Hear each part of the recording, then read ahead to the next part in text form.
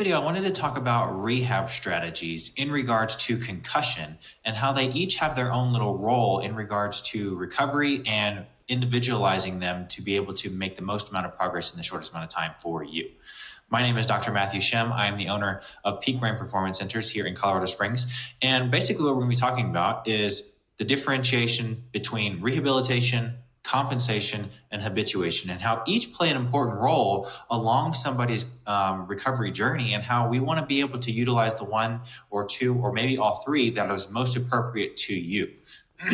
So like we talked about before, whenever you have a concussion, there's a bunch of different things that happen, but the main thing that happens is, like we talked about with the towel example. If I have a towel and I wring out that towel, same thing kind of happens whenever I hit my head, in the fact that when I hit my head, now my brainstem undergoes that torsional force, kind of like if I have a towel and I'm wringing out a towel, the center part of that towel gets wrung out the most. And same kind of thing happens with the brainstem, in the fact that the center part of that brainstem gets torsional compression around it. And with that, these axons begin to stretch, and it leads to dysfunction in regards to midline structures. And one of the most important factors is the vestibular nuclei.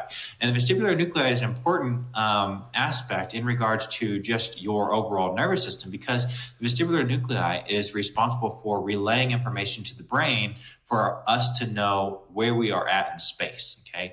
And the reason that's important is because humans are designed to move. And in order to move, I first have to know where I'm at. And the three systems that do that for us is your inner ear. So you have canals in your inner ear, and there's fluid in there. And every time I move my head, that fluid moves, and it tells my brain, where is my head? Then we have the proprioceptive system, but just for simplistic sake, let's talk about the neck and differentiating how I know where my head is relative to my body. And then lastly, we have the eyes, and the eyes tell us where are things in the environment relative to me. And it's kind of like the example that I give in regards to, let's say that we're working on a job site, and there's three of us all working on a job site, and we all have our own individual task to do in order to contribute to this project being done.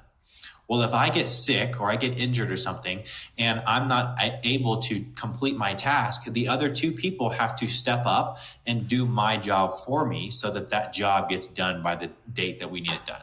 And so same thing happens here in the brain, especially after concussion, is whenever we have a concussion, one, two, maybe all three of these systems can get damaged. And then we have to have what we call a sensory reweighting, where if I damage my inner ear, now I'm probably going to rely more on my visual system. Maybe my neck gets a little bit tighter, and all these different ways that we have that our brain just tries to reweight so that have an accurate understanding of where we're at in space. So now what do we do when it comes to trying to get you better along that recovery journey after you've hit your head?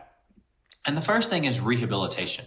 And if I looked up in Merriam-Webster, and what I found as the definition for rehabilitation was a couple that I liked.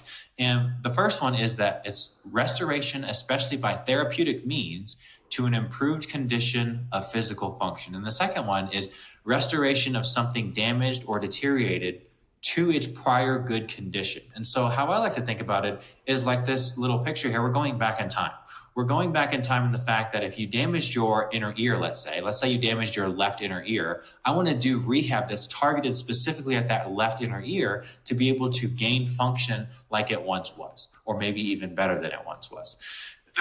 And that is what I would consider the most ideal situation. Now, obviously, there's some situations where maybe I have some sort of ablative damage to, let's say, my inner ear, and now there's no way that I can get that function back. Then we'll move into these other means.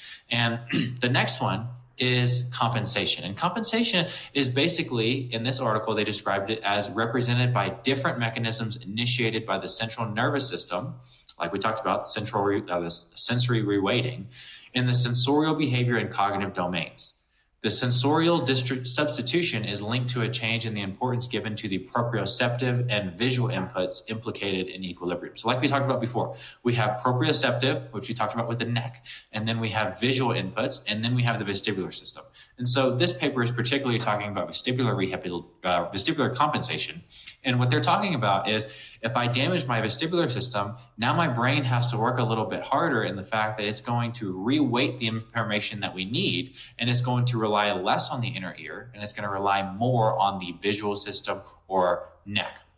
Now, this can become a problem because oftentimes there will be people who will re-weight, and now let's say that their neck becomes a more dominant, important factor, then their neck gets really, really tight, and that stems and causes headaches. And so there are some people that I've seen recently who will go to a provider that does, one therapy on everybody, and they think that if I do this one therapy because it's what I do on everybody, then this person will get better. And in reality, if you look at the broad picture of concussion, and you look at how there's 3 different systems that can play an important part in regards to this person's recovery.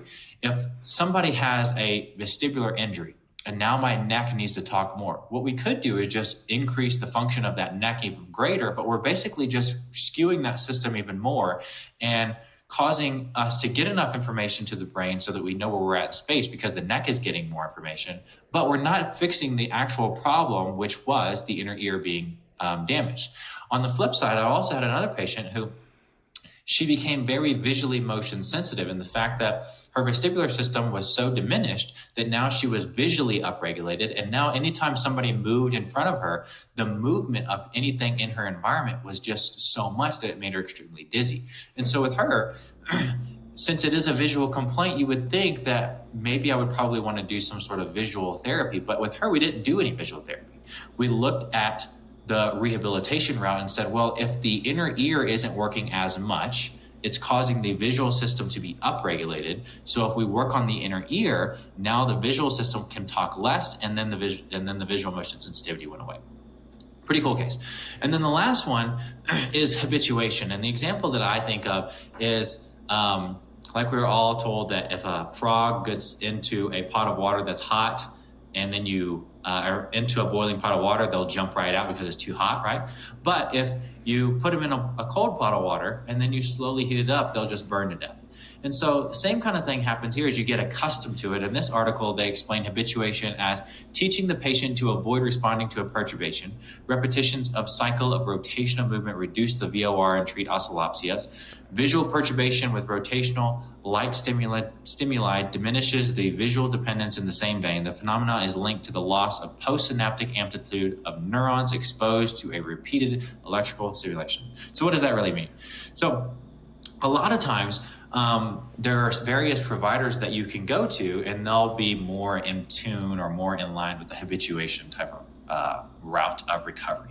And so an example that I'll give you is, let's say for this lady that I just saw that was visually motion sensitive, if I was visually motion sensitive because when things move in the environment, I get really dizzy, something that you could use if you were to go down the habituation route, which I kind of save for last ditch efforts, is if visual motion makes me really dizzy, how about I just put something in front of me and make it, put a bunch of visual motion sensitivity or visual motion in front of me until I eventually just habituate to it and I grow accustomed to it, is basically what I'm trying to say. And so there are things that you could do, whether you put yourself in a VO or a virtual reality unit and you basically just spin yourself around, or you put yourself in a chair and you just spin yourself around, or you do various things where there's, in regards to visual motion sensitivity, is we can just continue to upregulate that system until they no longer feel dizzy with things moving by. And so that is kind of the last ditch effort that I think that I would utilize in regards to people that present to my office with various symptoms after concussion. And I think that the way that we laid it out is kind of the way that I move through things as well, in regards to if somebody comes to me, the first and foremost thing that I'm going to try to do is take the system that's faulty and try to restore function to it and rehabilitate that system. If that system, for whatever reason, can no longer be rehabilitated, let's say that there's some sort of ablative damage, then we're going to go down the compensation route and use other sensory modalities that we can bypass and be able to use as a substitute for the faulty system. And then lastly would be habituation, in the fact that if somebody has a problem, like every time I turn to the right, I feel dizzy. Well, let's just turn to the right over and over and over again until we're no longer dizzy. Or more simplistic model is like people who have peanut allergies or stuff like that, is they basically just do continued exposure to that stimulus until it no longer is bothersome. So I hope you're able to learn something. If you have any questions, feel free to email me or give my office a call. Other than that, I hope you have a great day, and I will see you in the next one.